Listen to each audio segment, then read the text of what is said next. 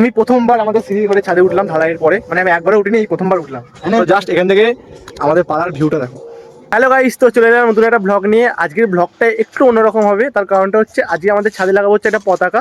ওই যে কি বলে বজরংবলীর যে পতাকাগুলো সবাই লাগায় না ছাদে, তো আজকেও আমাদের ছাদে লাগাবো হচ্ছে ওই ধরনের একটা ঝান্ডা বা পতাকা যা বলবে। তো আজকে একটা পতাকা কিনবো, তারপরে স্টিক যা যা লাইট লাগাবো, লাগিয়ে একটা মন্দিরে, হনুমানজির মন্দিরে গিয়ে পুজো করিয়ে তারপরে হচ্ছে আমাদের ছাদে ওটা লাগানো হবে। তো তোমরা ভিডিওটা দেখতে থাকো, তোমাদের খুব ভালো লাগবে। আর আমরা এখন যাবো হচ্ছে আমরা ঝান্ডা কিনতে, ঝান্ডা মানে পতাকা আর লাইট, তারপর স্টিক এগুলো কিনতে যাবো। এই যে স্টিক কেনা হয়ে গেছে। তো গাইস আমাদের পতাকা কেনা হয়ে গেছে, আমাদের ঝান্ডা কেনা আর স্টিক কেনা হয়ে গেছে, আর লাইট তো আমাদের বাড়িতেই আছে। তো এবার হচ্ছে এটাকে পুজো করাবো। ওই যে বাড়িটা হচ্ছে আমাদের, ওই বাড়িটার পুরো ছাদে একদম এটা টাঙানো হবে। আমরা এটাকে পুজো করিয়ে নেবো। এই যে এখানে মন্দির আছে আমাদের বজরংবলীর।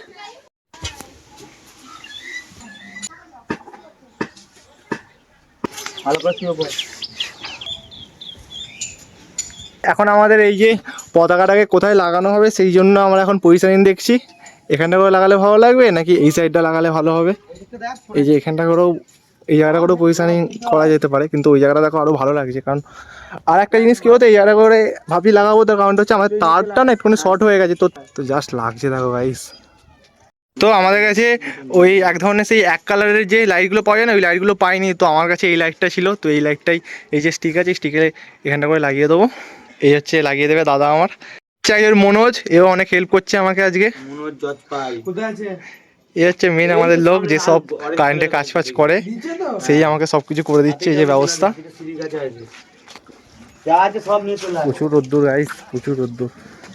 তো দেখো এইখান থেকে আমাদের তারটা বের হয়েছে, এইখান থেকে তারটা বের হয়ে এই জায়গাটা করে একটা বোর্ড আছে, এই বোর্ডে আমরা লাগানো হয়েছে। যে তারটা উপর থেকে টানছো, কারেন্টের কাজে আমার এসব আগে করতে হয়।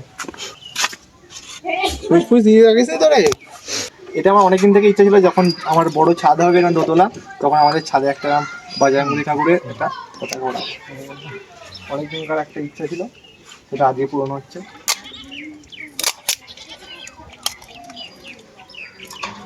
এতক্ষণ যে কাজটা হলো, এবার লাইনটা ঠিকঠাক হয়েছে কিনা দেখি। সুইচ মার এবার দেখি। হ্যাঁ এই যে ব্লু কালারেরই আমাদের এই যে কালারটা হবে, ব্লু কালার। তো এবার দেখা যাক, এখন দিনের বেলা বলে হয়তো ভালো করে কালারটা বোঝা যাচ্ছে না। দেখো হবে তো, আরাম করতে হবে। এদিক সাইড দিয়ে উঠবে, এদিক দিয়ে ওদিক দিয়ে উঠতে হবে। তো গাইস লোকেশন চেঞ্জ, কারণ এইটা হচ্ছে এই ঝান্ডাটা আমাদেরকে উত্তর কোন দিক দিয়ে লাগাতে, উত্তর কোন দিকে,